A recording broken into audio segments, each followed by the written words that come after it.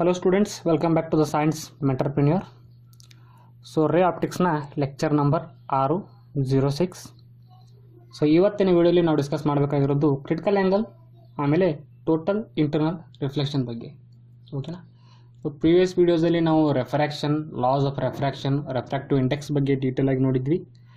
ಅದರ ನಂತರ ನಾವು ರಿಯಲ್ ಡೆಪ್ತ್ ಆಮೇಲೆ ವರ್ಚುವಲ್ ಡೆಪ್ತ್ ಕೂಡ ಮಾಡಿದ್ವಿ. ಓಕೆನಾ? So today about critical angle and total internal reflection. So ನೋಡಿ ಏನಿದು ಅಂದರೆ, ಕನ್ಸಿಡರ್ ಅ ಬೌಂಡ್ರಿ ಲೈನ್. ಓಕೆ, ಇದೊಂದು ಬೌಂಡ್ರಿ ಲೈನ್ ಇದೆ ದ್ಯಾಟ್ ಸೆಪರೇಟ್ಸ್ ಟೂ ಮೀಡಿಯಾ. ಒಂದು ರೇರರ್ ಮೀಡಿಯಮ್ ಇದೆ, ಇನ್ನೊಂದು ಡೆನ್ಸರ್ ಮೀಡಿಯಮ್ ಇದೆ. This is line of separation of these two media. ಓಕೆನಾ? ಸೊ ಇದ್ರ ಲೈನ್ ಕೆಳಗಡೆ ಇರೋದು ಎಲ್ಲ ಡೆನ್ಸರ್ ಮೀಡಿಯಮು, ಈ ಲೈನ್ ಮೇಲ್ಗಡೆ ಇರೋದೆಲ್ಲ ನೀವು ರೇರರ್ ಮೀಡಿಯಮ್ ಅಂತ ಕನ್ಸಿಡರ್ ಮಾಡಬೇಕು. ಓಕೆ, ಸೊ ಫಸ್ಟ್ ನೋಡಿ, ಇದು ನಮ್ಮ ನಾರ್ಮಲು. ಈ ರೀತಿ angle i at this point ಒಂದು ರೇ ಇಲ್ಲಿ ಇನ್ಸಿಡೆಂಟ್ ಆಗ್ತಿದೆ, making an angle i. I is an angle of incidence. Okay, so medium same ಇರ್ತಿತ್ತಂದರೆ ಇದು ಸ್ಟ್ರೈಟಾಗಿ ಈ ರೀತಿ ಪಾಸ್ ಮಾಡ್ತಾ ಹೋಗ್ತಿತ್ತು. But here this ray is moving from denser medium to rarer medium. ಓಕೆನಾ? ಸೊ ಹಿಂದಿನ ವಿಡಿಯೋಲಿ ನಾನು ಹೇಳಿದ್ದೀನಿ, ರೇರರ್ ಮೀಡಿಯಮ್ನಿಂದ ಡೆನ್ಸರ್ಗೆ ಮೂವ್ ಆದಾಗ refracted ray bends towards the normal. Okay, if denser ಮೀಡಿಯಮ್ನಿಂದ ರೇರರ್ ಮೀಡಿಯಮ್ಗೆ ರೇ ಮೂವ್ ಆದಾಗ ಆವಾಗ refracted bends away from the normal. Okay, so ಈ ಕೇಸಲ್ಲಿ this ray is travelling from denser medium to rarer medium. ಹಾಗಾದರೆ refracted ray away from the normal bend ಆಗಬೇಕು. ಓಕೆನಾ? So ಈ ರೀತಿ ನಮ್ಮ refracted ray making an angle of refraction r ಈ ರೀತಿ ಪಾಸ್ ಆಗ್ತಾ ಇದೆ. ಓಕೆನಾ? ಸೆಕೆಂಡ್ ಕೇಸಲ್ಲಿ ನಾವೇನು ಮಾಡೋಣ, ಈ ಆ್ಯಂಗಲ್ ಆಫ್ ಇನ್ಸಿಡೆನ್ಸ್ ಐ ಇದೆಯಲ್ಲ, ಇದನ್ನು ಸ್ವಲ್ಪ ಇನ್ಕ್ರೀಸ್ ಮಾಡೋಣ. ಓಕೆನಾ? ಸೊ ದಿಸ್ ಈಸ್ ಈ ಐಕ್ಕಿಂತ ದೊಡ್ಡದಿದೆ. ಓಕೆನಾ? ಆ್ಯಂಗಲ್ ಆಫ್ ಇನ್ಸಿಡೆನ್ಸನ್ನು ನಾವು ಇನ್ಕ್ರೀಸ್ ಮಾಡಿದಾಗ ರೆಫ್ರಾಕ್ಟೆಡ್ ರೇ ಏನಾಗುತ್ತೆ, ಮತ್ತು ಈ ರೀತಿ ಬೆಂಡ್ ಆಗುತ್ತೆ. ಓಕೆನಾ?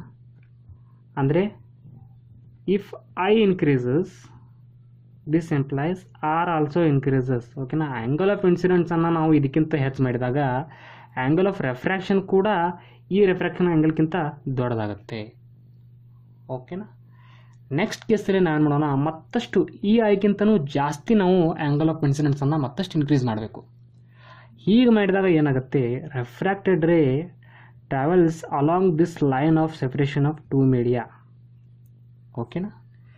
ಸೊ ಮತ್ತೆ ಇದಕ್ಕಿಂತ ಆ್ಯಂಗಲ್ ಆಫ್ ಇನ್ಸಿಡೆನ್ಸನ್ನು ನಾವು ಹೆಚ್ಚು ಮಾಡಿದಾಗ ನಮ್ಮ ರೆಫ್ರಾಕ್ಟೆಡ್ ರೇ ಏನಾಗ್ತಾ ಇದೆ, ಏನು line of separation of two media ಇದೆಯಲ್ಲ, ಅಲಾಂಗ್ ದ್ಯಾಟ್ ಲೈನ್ ಮೂವ್ ಆಗ್ತಾ ಇದೆ. ಓಕೆನಾ? Thus making an angle 90 degree. ಓಕೆನಾ? R is 90 here. ಸೊ ಯಾವ ಆ್ಯಂಗಲ್ ಆಫ್ ಇನ್ಸಿಡೆನ್ಸ್ಗೆ ಆ್ಯಂಗಲ್ ಆಫ್ ರೆಫ್ರಾಕ್ಷನ್ 90 ಇರುತ್ತಲ್ಲ, ಆ ಆ್ಯಂಗಲ್ ಆಫ್ ಇನ್ಸಿಡೆನ್ಸ್ಗೆ ನಾವೇನಂತ ಕರಿದ್ವಿ, ಸಿ ಅಂತ ಕರೆದ್ವಿ. ಸಿ ಅಂದರೆ critical angle. Critical angle. Okay, ನೋಡಿ ಡೆಫಿನೇಷನ್ ಹೇಳ್ತೀನಿ ನಾನೀಗ, ನೋಟ್ ಡೌನ್ ಮಾಡ್ಕೊಳ್ಳಿ. The angle of incidence for which angle of refraction is 90 degree is known as critical angle. ಓಕೆನಾ? ಆಮೇಲೆ ಈ ಫೆನಾಮಿನ ಏನಿದೆಯಲ್ಲ, ಈ ಕೇಸು, ಈ ಪರ್ಟಿಕ್ಯುಲರ್ ಕೇಸ್ ಏನಿದೆಯಲ್ಲ, ಅಂದರೆ ಈ ರೀತಿ ಇನ್ಸಿಡೆಂಟ್ ಆಗಿ refracted ray moves along the line of separation of two media. ಈ ಕೇಸ್ಗೆ ನಾವೇನಂತ ಕರಿದ್ವಿ, ಗ್ರೇಜಿಂಗ್. ಓಕೆನಾ? Grazing emergence. ಓಕೆನಾ? ಇದನ್ನು ನಾವೇನಂತ ಕರೆದ್ವಿ, ಗ್ರೇಜಿಂಗ್ ಎಮರ್ಜೆನ್ಸ್ ಅಂತ ಕರೆದ್ವಿ. Okay, so this is about critical angle. So ಇದಾದ ನಂತರ ನೆಕ್ಸ್ಟ್ ನಾವೇನು ಮಾಡೋಣ, ಮತ್ತೆ ಓಕೆ, ಮೊದಲು ಐ, ಅದಕ್ಕಿಂತ ಜಾಸ್ತಿ ಐ, ಅದಕ್ಕಿಂತ ಜಾಸ್ತಿ i, that i is equal to critical angle. ಓಕೆನಾ? ಸೊ ಈಗ ಏನು ಮಾಡೋಣ, ನಾವು ಮತ್ತೆ ಈ ಆ್ಯಂಗಲ್ ಆಫ್ ಇನ್ಸಿಡೆನ್ಸನ್ನು ಕ್ರಿಟಿಕಲ್ ಆ್ಯಂಗಲ್ಗಿಂತನೂ ಜಾಸ್ತಿ ಮಾಡಿದಾಗ, ಅಂದರೆ ಐಯನ್ನು ಸಿ ಕ್ರಿಟಿಕಲ್ ಆ್ಯಂಗಲ್ಗಿಂತನೂ ಜಾಸ್ತಿ ಮಾಡಿದಾಗ ಆವಾಗ ಏನಾಗುತ್ತೆ. ಓಕೆ, ಸೊ ನೋಡಿ, okay, this is line of separation of two media.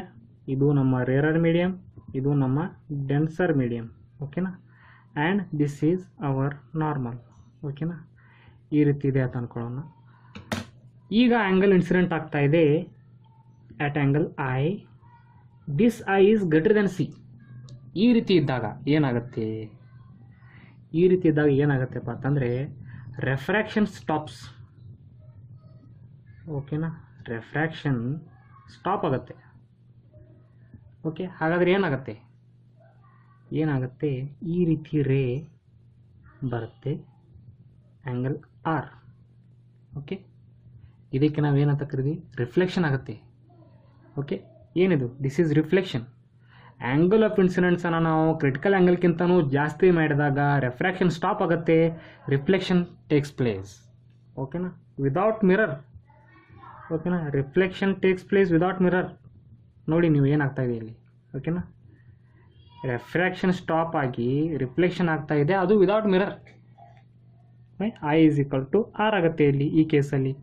ಓಕೆನಾ, ಸೊ ಈ ರೀತಿ ಆಲ್ಮೋಸ್ಟ್ ಎಲ್ಲ ರೇಸ್ ಆಫ್ ಲೈಟು ಯಾವ ಮೀಡಿಯಮ್ನಿಂದ ಹೋಗ್ತಾ ಇದೆಯಲ್ಲ ಅಂದರೆ ಡೆನ್ಸರ್ ಮೀಡಿಯಮ್ಗೆ ವಾಪಸ್ ರಿಫ್ಲೆಕ್ಟ್ ಆಗಿ ಅಲ್ಲೇ ಬರುತ್ತೆ. ಓಕೆನಾ, ಆಲ್ಮೋಸ್ಟ್ ಎಲ್ಲ ಲೈಟ್ ಈ ರೀತಿ ಮಾಡಿದ್ರಿಂದ ಇದನ್ನು ನಾವೇನಂತ ಕರಿದ್ವಿ, ಟೋಟಲ್ ಇಂಟರ್ನಲ್ ರಿಫ್ಲೆಕ್ಷನ್ ಅಂತ ಕರಿದ್ವಿ. Total internal reflection. Okay, so ಏನಿದು ಕಾನ್ಸೆಪ್ಟ್ ಅಂದರೆ ನೋಡಿ, first of all total internal reflection is a phenomena of refraction. ಓಕೆನಾ, ರೆಫ್ರಾಕ್ಷನ್ ಫೆನಾಮಿನಾ ಇದ್ರೂ ಕೂಡ ಇದು ಆಗ್ತಾ ಇರೋದೇನು, ರಿಫ್ಲೆಕ್ಷನ್ ಆಗ್ತಾ ಇದೆ. ಯಾವಾಗ ನಾವು ಆ್ಯಂಗಲ್ ಆಫ್ ಇನ್ಸಿಡೆನ್ಸನ್ನು ಕ್ರಿಟಿಕಲ್ ಆ್ಯಂಗಲ್ಗಿಂತ ಜಾಸ್ತಿ ಮಾಡಿದಾಗ. ಓಕೆನಾ, ಸೊ ಈ ಕೇಸಲ್ಲಿ ಏನಾಗುತ್ತೆ, ಟೋಟಲ್ ಇಂಟರ್ನಲ್ ರಿಫ್ಲೆಕ್ಷನ್ ಆಗುತ್ತೆ. ಓಕೆ, ಕಂಡೀಷನ್ ನೋಡಿ, ಏನು ಕಂಡೀಷನು, ಮೊದಲನೇ condition ray of light moving from denser medium to rarer medium. ಓಕೆನಾ, ಫಸ್ಟ್ ಪಾಯಿಂಟ್ ಏನಾಗಬೇಕು, ray of light moving from denser ಮೀಡಿಯಮ್ದಿಂದ ರೇರರ್ ಮೀಡಿಯಮ್ಗೆ ರೇ ಆಫ್ ಲೈಟ್ ಮೂವ್ ಆಗಬೇಕು, ಟ್ರಾವೆಲ್ ಮಾಡಬೇಕು. ಓಕೆನಾ, ಆಮೇಲೆ ಎರಡನೇ ಕಂಡೀಷನ್ ಏನು, i is greater than c, ಅಂದರೆ angle of incidence I critical ಆ್ಯಂಗಲ್ಗಿಂತ ಹೆಚ್ಚಿರಬೇಕು. ಇವೆರಡು ಕಂಡೀಷನ್ ಸ್ಯಾಟಿಸ್ಫೈ ಆದಾಗ ಟೋಟಲ್ ಇಂಟರ್ನಲ್ ರಿಫ್ಲೆಕ್ಷನ್, ಇದನ್ನು ನಾವೇನಂತ ಕರಿತೀವಿ, TIR ಅಂತ ಕರಿತೀವಿ. ಓಕೆನಾ, ಸೊ ರೆಫ್ರಾಕ್ಷನ್ ಫಿನಾಮಿನಾ ಅಲ್ಲಿ ರಿಫ್ಲೆಕ್ಷನ್ ಆಗ್ತಾ ಇದೆ, that's the point here. Okay, suppose ನೋಡಿ ನೀವು ಈಗ ಒಂದು ಕೆಲಸ ನೋಡಿ, ರೇರರ್ದಿಂದ ಡೆನ್ಸರಿಗೆ ಮೂವ್ಮೆಂಟ್ ಆದರೆ ಏನಾಗುತ್ತೆ ಆವಾಗ. ಓಕೆ, ಆವಾಗ ಆಗೋದಿಲ್ಲ, ಆವಾಗ ಟೋಟಲ್ ಇಂಟರ್ನಲ್ ರಿಫ್ಲೆಕ್ಷನ್ ಆಗೋದಿಲ್ಲ. ಯಾಕಾಗೋದಿಲ್ಲ ನೋಡಿ, ಎಕ್ಸಾಂಪಲ್. ಓಕೆ, ಇದು ನಮ್ಮ line of separation of two media, this is our normal. ಈಗ ಇಲ್ಲಿ ರೇರರ್ ಇದೆ ಅಂತ ಅಂದ್ಕೊಳ್ಳೋಣ, ಆಮೇಲೆ ಇದು ನಮ್ಮ ಡೆನ್ಸ್ ಮೀಡಿಯಮ್. ಓಕೆ, ಸೊ ಈ ರೀತಿ ಆ್ಯಂಗಲ್ ಇನ್ಸಿಡೆಂಟ್ ಆದಾಗ ಏನಾಗುತ್ತೆ, ರೇ ಆಫ್ ಲೈಟ್ ರೇರದಿಂದ ಡೆನ್ಸರ್ ಮೀಡಿಯಮ್ಗೆ ಮೂವ್ ಆದಾಗ ರೆಫ್ರಾಕ್ಟೆಡ್ ಲೈಟ್ ಏನಾಗುತ್ತೆ, ಟುವರ್ಡ್ಸ್ ದ ನಾರ್ಮಲ್ ಬೆಂಡ್ ಆಗುತ್ತೆ. ಓಕೆ, ಸೊ ಈ ರೀತಿ ಬೆಂಡ್ ಆಗುತ್ತೆ. ಓಕೆ, ಸೊ ಈ ಕಾರಣದಿಂದ ಇದು ಈ ಮೀಡಿಯಮ್ಗೆ ವಾಪಸ್ ಬರೋ ಚಾನ್ಸಸ್ ಕಡಿಮೆ ಇದೆ, ಚಾನ್ಸೇ ಇಲ್ಲ, ಕಡಿಮೆ ಅನ್ನೋಕ್ಕಿಂತ ಚಾನ್ಸೇ ಇಲ್ಲ, ಈ ರೀತಿ ಬರೋದೇ ಇಲ್ಲ, ರಿಫ್ಲೆಕ್ಟ್ ಆಗೋದೇ ಇಲ್ಲ ಇದು. ಅದಕ್ಕೆ ಫಸ್ಟ್ ಕಂಡೀಷನ್ ಏನಿದೆ ನಮಗೆ ray of light must be travelling from denser to rarer medium, ಇದು ಫಸ್ಟ್ ಕಂಡೀಷನ್. ಸೆಕೆಂಡ್ ಕಂಡೀಷನ್ ಏನು, angle of incidence greater than critical angle. ಇವೆರಡು ಕಂಡೀಷನ್ ಸ್ಯಾಟಿಸ್ಫೈ ಆದರೆ ನಮಗೆ total internal reflection takes place. So ನೋಡಿ, ಕೇವಲ angle of incidence ಒಂದರ ಮೇಲೆ ಮೊದಲು ರೆಫ್ರಾಕ್ಷನ್ ಆಗುತ್ತೆ, ಮತ್ತೆ ರೆಫ್ರಾಕ್ಷನ್ ಆಗುತ್ತೆ, ಗ್ರೇಜಿಂಗ್ ಎಮರ್ಜೆನ್ಸ್ ಆಗುತ್ತೆ, ಮತ್ತೆ ಆ್ಯಂಗಲ್ ಆಫ್ ಇನ್ಸಿಡೆನ್ಸನ್ನು ಹೆಚ್ಚು ಮಾಡಿದಾಗ ನಮಗೇನು ಬರುತ್ತೆ, ಟೋಟಲ್ ಇಂಟರ್ನಲ್ ರಿಫ್ಲೆಕ್ಷನ್ ಸಿಗುತ್ತೆ. ಸೊ ಈಗ ಒಂದು small experiment on total internal reflection. Okay, so ಈ ರೀತಿ ನಾನು ಡಿಗ್ರಿಗಳನ್ನು ಬರೆದಿದ್ದೀನಿ ಯೂಸಿಂಗ್ ಕೋನ್ ಮಾಪಕನ ಯೂಸ್ ಮಾಡಿ. So this is a semi circular glass slab. So ನೋಡಿ, ಅದರ ಮೇಲೆ ಯಾವಾಗ ರೇ ನಾರ್ಮಲಿ ಇನ್ಸಿಡೆಂಟ್ ಆಗುತ್ತೆ ಅದು ಸ್ಟ್ರೇಟಾಗಿ ಹೋಗುತ್ತೆ ವಿದೌಟ್ ರಿಫ್ರಾಕ್ಷನ್. ಬಟ್ ಯಾವಾಗ ನಾವು ನೋಡಿ ಆ್ಯಂಗಲ್ ಆಫ್ ಇನ್ಸಿಡೆನ್ಸನ್ನು ಸ್ಲೈಟ್ಲಿ ಜಾಸ್ತಿ ಮಾಡ್ತಾ ಹೋದಾಗ ರೆಫ್ರಾಕ್ಷನ್ ಆಗ್ತಾ ಹೋಗುತ್ತೆ ಆ್ಯಂಡ್ ರೇ of light bend away from the normal. ಯಾಕಂದರೆ ನಾವೀಗ ಡೆನ್ಸರ್ದಿಂದ ರೇರರ್ ಮೀಡಿಯಮ್ಗೆ ಹೋಗ್ತಾ ಇದ್ದೀವಿ. ಓಕೆನಾ, ಸೊ ಅದೇ ರೀತಿ ಮತ್ತೆ ಆ್ಯಂಗಲ್ ಆಫ್ ಇನ್ಸಿಡೆನ್ಸನ್ನು ನಾವು ಜಾಸ್ತಿ ಮಾಡಿದಾಗ ರೆಫ್ರಾಕ್ಷನ್ ಆಗ್ತಾ ಹೋಗುತ್ತೆ. Okay, at some point and angle of incidence equal to critical angle, grazing emergence ಆಗುತ್ತೆ. ಕ್ರಿಟಿಕಲ್ ಆ್ಯಂಗಲ್ಗಿಂತ ನಾವು ಆ್ಯಂಗಲ್ ಆಫ್ ಇನ್ಸಿಡೆನ್ಸನ್ನು ಮತ್ತೆ ಜಾಸ್ತಿ ಮಾಡಿದಾಗ ಏನಾಗುತ್ತೆ, ರೇ ರಿಫ್ಲೆಕ್ಟ್ ಆಗುತ್ತೆ. ನೋಡಿ, ಇಲ್ಲಿ ರಿಫ್ಲೆಕ್ಟ್ ಆಗಿದೆ. Okay, so this is total internal reflection. So ನಮ್ಮ next concept calculation for critical angle. Okay, ಕೆಲವೊಂದು ಟೆಕ್ಸ್ಟ್ ಬುಕ್ಕಲ್ಲಿ ರಿಲೇಷನ್ ಬಿಟ್ವೀನ್ ಕ್ರಿಟಿಕಲ್ ಆ್ಯಂಗಲ್ ಮತ್ತು ರಿಫ್ರಾಕ್ಟಿವ್ ಇಂಡೆಕ್ಸ್ ಅಂತ ಹೆಡ್ಡಿಂಗ್ ಇರುತ್ತೆ. ಓಕೆ, ಹೆಡ್ಡಿಂಗ್ ಮಾತ್ರ ಚೇಂಜು, ಬಟ್ ಕಾನ್ಸೆಪ್ಟ್ ಮಾತ್ರ ಸೇಮ್ ಇರುತ್ತೆ. ಓಕೆನಾ, ಸೊ ನೋಡಿ, how to calculate critical angle. ಈ ರೀತಿ ರೇ ಡಯಾಗ್ರಾಮ್ ಇದೆ. This is our denser medium, this is our rarer medium. Okay, ಆಮೇಲೆ ಒಂದು ರೇ ಡೆನ್ಸರ್ ಮೀಡಿಯಮ್ನಿಂದ ಈ ರೀತಿ ಇನ್ಸಿಡೆಂಟ್ ಆಗಿದೆ ಅಟ್ ಆನ್ ಆ್ಯಂಗಲ್ ಐ. ಈ ಐ ಎಷ್ಟಿದೆ ಅಂದರೆ ಕ್ರಿಟಿಕಲ್ ಆ್ಯಂಗಲ್ಗೆ ಈಕ್ವಲ್ ಆಗಿದೆ. ಓಕೆನಾ? ಹೀಗಿದ್ದಾಗ ರೇ ಏನಾಗುತ್ತೆ, ಈ ರೀತಿ ಲೈನ್ ಆಫ್ ಸೆಪರೇಷನ್ ಮೇಲೇ ಓಕೆ ಲೈ ಆಗುತ್ತೆ. ಓಕೆನಾ? And this angle is angle of refraction. This is 90 degree. ಓಕೆನಾ? ಇದನ್ನು ನಾವು ಏನಂತ ಕರೆದ್ವಿ, ಗ್ರೇಜಿಂಗ್ ಎಮರ್ಜೆನ್ಸಿ ಅಂತ ಕರೆದ್ವಿ. ಓಕೆನಾ? Let the refractive index of this denser medium is μ2. Okay, and refractive index of this rarer medium is μ1. ಓಕೆನಾ? ನೋಡಿ, ಮ್ಯೂ ಆಮೇಲೆ ಈಟಾ ಆಮೇಲೆ ಎನ್ನು ಮೂರು ಕೂಡ ನಾವು ರೆಫ್ರಾಕ್ಟಿವ್ ಇಂಡೆಕ್ಸ್ಗೆ ನಾವು ಇಂಡಿಕೇಟ್ ಮಾಡೋಕ್ಕೆ ಯೂಸ್ ಮಾಡ್ತೀವಿ. ಓಕೆನಾ?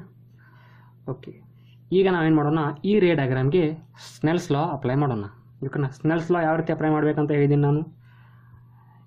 ನೋಡಿ, ಈ ಮೀಡಿಯಮ್ ಇದೆಯಲ್ಲ, ಈಗ ಈ ಮೀಡಿಯಮ್ದು refractive index into sine of ಈ ಮೀಡಿಯಮ್ದಲ್ಲಿರುವ ಆ್ಯಂಗಲ್ಲು ಈಸ್ ಈಕ್ವಲ್ ಟು ಈ ಮೀಡಿಯಮ್ದಲ್ಲಿರುವ refractive index into sine of ಈ ಮೀಡಿಯಮ್ದಲ್ಲಿರುವ ಆ್ಯಂಗಲ್ಲು. ಓಕೆನಾ? ಸೊ ಬೈ ಸ್ನೆಲ್ಸ್ ಲಾ, easy and best method to write Snell's law in equation form. ಯಾವ ರೀತಿ ಬಿಡ್ತೀವಿ ನಾವು, μ2 ಇಂಟು ಸೈನ್ ಆಫ್ ಈ ಮೀಡಿಯಮ್ ಮೇಲೆ ಆ್ಯಂಗಲ್ ಎಷ್ಟಿದೆ, ಐ ಇದೆ. ಓಕೆನಾ?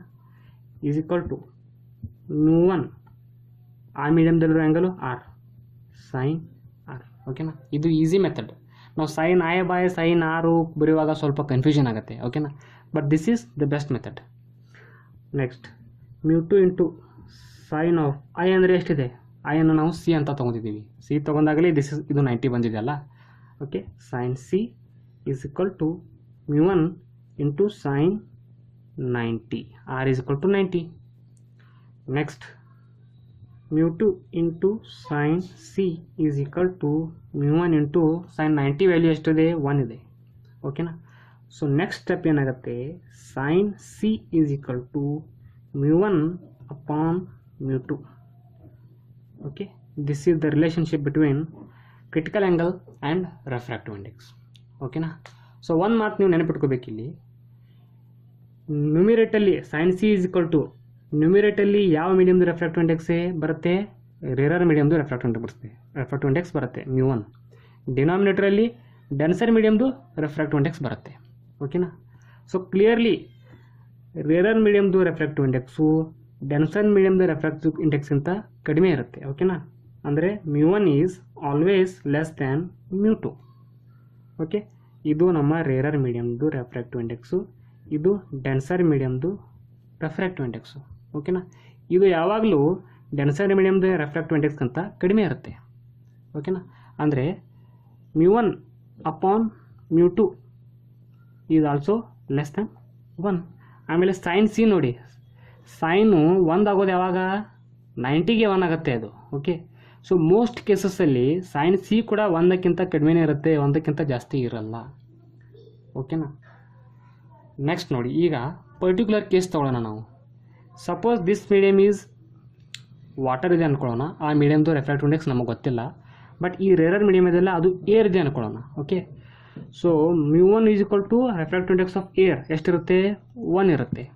ಆಮೇಲೆ μ2 ರೆಫ್ರಾಕ್ಟಿವ್ ಇಂಡೆಕ್ಸ್ ಆಫ್ ವಾಟರು ಅಥವಾ ಗ್ಲಾಸು ತೊಗೊಂಡಾಗ, ಓಕೆ, ಅದರ ರೆಫ್ರಾಕ್ಟಿವ್ ಇಂಡೆಕ್ಸ್ ನಮಗೆ ಗೊತ್ತಿಲ್ಲ ಅಂದ್ಕೊಳ್ಳೋಣ, ಅದನ್ನು ನಾವು ಕೇವಲ μ ಅಂತ ಬರೆಯೋಣ. ಇವಾಗ ಈ ಎರಡು ವ್ಯಾಲ್ಯೂವನ್ನು ನಾವು ಇಲ್ಲಿ ಪುಟ್ ಮಾಡೋಣ. Sine c is equal to μ1 value ಎಷ್ಟಿದೆ, 1 ಇದೆ. μ2 ವ್ಯಾಲ್ಯೂ μ ಇದೆ, 1/μ. So sine c is equal to 1/μ. ಇದು ಕೂಡ ನಮಗೆ ನೆನಪಿಡಬೇಕು. Okay, this is a particular case. So this way we can calculate critical angle. ನಮಗೆ ರೆಫ್ರಾಕ್ಟಿವ್ ಇಂಡೆಕ್ಸ್ ಗೊತ್ತಿದ್ದರೆ ಕ್ರಿಟಿಕಲ್ ಆ್ಯಂಗಲನ್ನು ಕ್ಯಾಲ್ಕುಲೇಟ್ ಮಾಡ್ಬೋದು, ಕ್ರಿಟಿಕಲ್ ಆ್ಯಂಗಲ್ ಗೊತ್ತಿದ್ದರೆ ರೆಫ್ರಾಕ್ಟಿವ್ ಇಂಡೆಕ್ಸನ್ನು ನಾವು ಕ್ಯಾಲ್ಕುಲೇಟ್ ಮಾಡ್ಬೋದು. ಓಕೆನಾ? So this is relationship between critical angle and refractive index. ಆಮೇಲೆ ನೋಡಿ, ಬೇರೆ ಬೇರೆ ಮೀಡಿಯಮ್ಗೆ ಅಥವಾ ಸಬ್ಸ್ಟೆನ್ಸ್ಗೆ ಯಾವ ರೀತಿ ರೆಫ್ರಾಕ್ಟಿವ್ ಇಂಡೆಕ್ಸ್ ದ ವ್ಯಾಲ್ಯೂ ಬೇರೆ ಬೇರೆ ಇರುತ್ತಲ್ಲ, ಅದೇ ರೀತಿ ಕ್ರಿಟಿಕಲ್ ಆ್ಯಂಗಲ್ದು ಕೂಡ ವ್ಯಾಲ್ಯೂ ಬೇರೆ ಬೇರೆ ಇರುತ್ತೆ. ಓಕೆನಾ? ಫಾರ್ ಎಕ್ಸಾಂಪಲ್ ನೋಡಿ, ವಾಟರ್ ಇದೆ, ವಾಟರ್ದು ರೆಫ್ರಾಕ್ಟಿವ್ ಇಂಡೆಕ್ಸ್ ಎಷ್ಟು ಬರುತ್ತೆ, 1.33. ಓಕೆ, ವಾಟರ್ದು ರೆಫ್ರಾಕ್ಟಿವ್ ಇಂಡೆಕ್ಸ್ ಬರುತ್ತೆ 1.33 ಅರೌಂಡ್ ಬರುತ್ತೆ. ಅದು ಕ್ರಿಟಿಕಲ್ ಆ್ಯಂಗಲ್ ಎಷ್ಟಿರುತ್ತೆ, 48.75 ಡಿಗ್ರಿ ಇರುತ್ತೆ ಕ್ರಿಟಿಕಲ್ ಆ್ಯಂಗಲ್ದು. ಓಕೆನಾ? ಅದೇ ರೀತಿ ಗ್ಲಾಸು ಅದರದ್ದು ರೆಫ್ರಾಕ್ಟಿವ್ ಇಂಡೆಕ್ಸ್ 1.5 ಇರುತ್ತೆ. ಕ್ರಿಟಿಕಲ್ ಆ್ಯಂಗಲು 41.14 ಡಿಗ್ರಿ ಇರುತ್ತೆ. ಸೊ ಈ ರೀತಿ ಡೈಮಂಡು ಕೂಡ, ಡೈಮಂಡ್ ರೆಫ್ರಾಕ್ಟಿವ್ ಇಂಡೆಕ್ಸು ಅದ್ರದ್ದು ಆಮೇಲೆ ಕ್ರಿಟಿಕಲ್ ಆ್ಯಂಗಲು ಅದು ಕೂಡ ಬೇರೆ ಬೇರೆ ಇರುತ್ತೆ. ಬೇರೆ ಬೇರೆ ಸಬ್ಸ್ಟೆನ್ಸ್ಗೆ ರೆಫ್ರಾಕ್ಟಿವ್ ಇಂಡೆಕ್ಸ್ ವ್ಯಾಲ್ಯೂ ಕೂಡ ಬೇರೆ ಬೇರೆ ಇರುತ್ತೆ, ಕ್ರಿಟಿಕಲ್ ಆ್ಯಂಗಲ್ ವ್ಯಾಲ್ಯೂ ಕೂಡ ಬೇರೆ ಬೇರೆ ಇರುತ್ತೆ. ಓಕೆನಾ. ಆಮೇಲೆ ಲಾಸ್ಟ್ಗೆ ನೋಡಿ application of total internal reflection. ಓಕೆನಾ. ಸೊ ಅಪ್ಲಿಕೇಶನ್ ಏನೇನಿದೆ ಈ ಥರದ್ದು.